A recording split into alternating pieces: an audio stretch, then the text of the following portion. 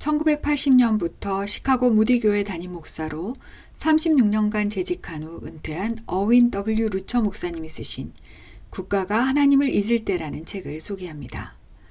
루처 목사님은 히틀러의 나치 독일의 상황이 2010년에 미국에서 재현되고 있는 것을 보면서 미국 사회의 경종을 울리기 위해 나치 독일로부터 배우는 7가지 교훈에 대해 쓰셨다고 합니다. 나치즘이란 국가사회주의를 말합니다. 공산주의의 아류인 나치즘의 특징은 국가가 국민의 모든 것을 책임져주는 대신 국민은 국가의 이익을 위해 절대적으로 순종할 것이 요구되는 전체주의 시스템입니다. 오늘날 자유민주주의 사회에서 살고 있는 우리들은 현대복지국가라는 미명 아래 점점 더 국가의 통제 속에 스스로를 던져놓고 있는데 이것이 왜 문제가 되는지 심각하게 고민하게 만드는 책입니다. 제2차 세계대전이 일어날 즈음 독일 국민들은 나에게 당신들의 자유를 양도하면 내가 당신들의 빵을 책임지겠다라고 한 히틀러에 열광했습니다. 만약 히틀러가 제2차 세계대전 전에 죽었더라면 독일 역사상 가장 위대한 정치 지도자 중 한 사람으로 기억되었을 것이라는 말이 있을 정도로 히틀러는 집권 초기에 강력한 지도력을 발휘하여 제1차 세계대전 이후 경제 위기 속에 빠져 희망을 잃어버렸던 독일 국민들에게 다시 일어설 수 있다는 비전을 불어넣어 주었습니다. 이렇듯 미래의 성공에 대한 희망으로 들뜬 열광적인 분위기 속에서 독일 국민들은 유대인 대학살 문제에 대해서는 무관심했고 침묵했고 심지어 동조했습니다. 독일의 교회들도 예외는 아니었습니다. 히틀러 정권을 비판하면 증오 발언 금지법에 해당되어 인민재판에 넘겨져 숙청을 당했기 때문에 대부분의 독일 목회자들은 히틀러에게 충성 맹세를 하면서 히틀러가 가져다줄 영광스런 독일 제국의 부활이란 꿈에 동참했습니다.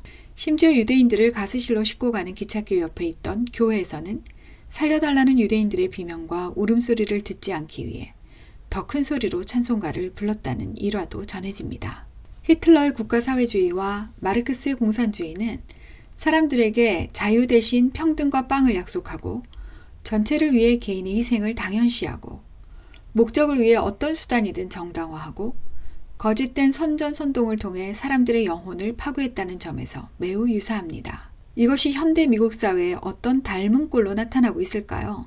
미국 사회에도 사회정의라는 이름으로 개인보다는 인종이나 특정 집단의 정의에 더 집중하고 있습니다. 또한 정치적 올바름이란 새로운 윤리적 잣대로 절대적인 도덕을 억누르고 대신 관용과 혐오와 차별금지를 외치고 있죠. 이 모든 것들이 주류 미디어의 적극적인 협조로 거짓된 선전선동을 통해 이루어지고 있습니다. 히틀러는 언어를 바꾸는 전략으로 사람들의 양심을 마비시켰다고 합니다. 예를 들어 유대인 아이들을 굶겨 죽이는 것을 저칼로리 다이어트라고 하고 유대인 학살을 땅을 청소하는 것이라고 불렀다고 합니다. 오늘날 미국에도 낙태는 임신 중단이라고 하고 동성애 행위는 대체적 생활 방식이라고 부릅니다. 기독교를 비하하고 부도덕을 조장하는 것은 가치의 자유 또는 다양성과 포용이라고 이름 붙이고 있죠. 이런 것을 비판하면 호모포비아가 되거나 혐오와 차별금지법 위반으로 처벌받게 됩니다.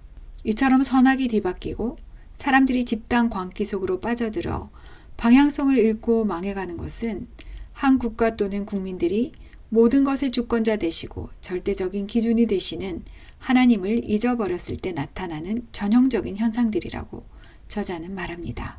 오늘날 대한민국은 어떤가요? 기독교 문명권이었던 유럽과 북미 사회가 빠르게 세속화되면서 나타나는 가치관의 혼란이 우리 사회에는 없을까요? 이 책은 하나님을 잊어버린 인간들이 다른 인간들의 영혼을 지배할 때 일어나는 역사적 비극을 담고 있습니다. 왠지 우리 사회의 많은 부분들이 오버랩되어 보입니다.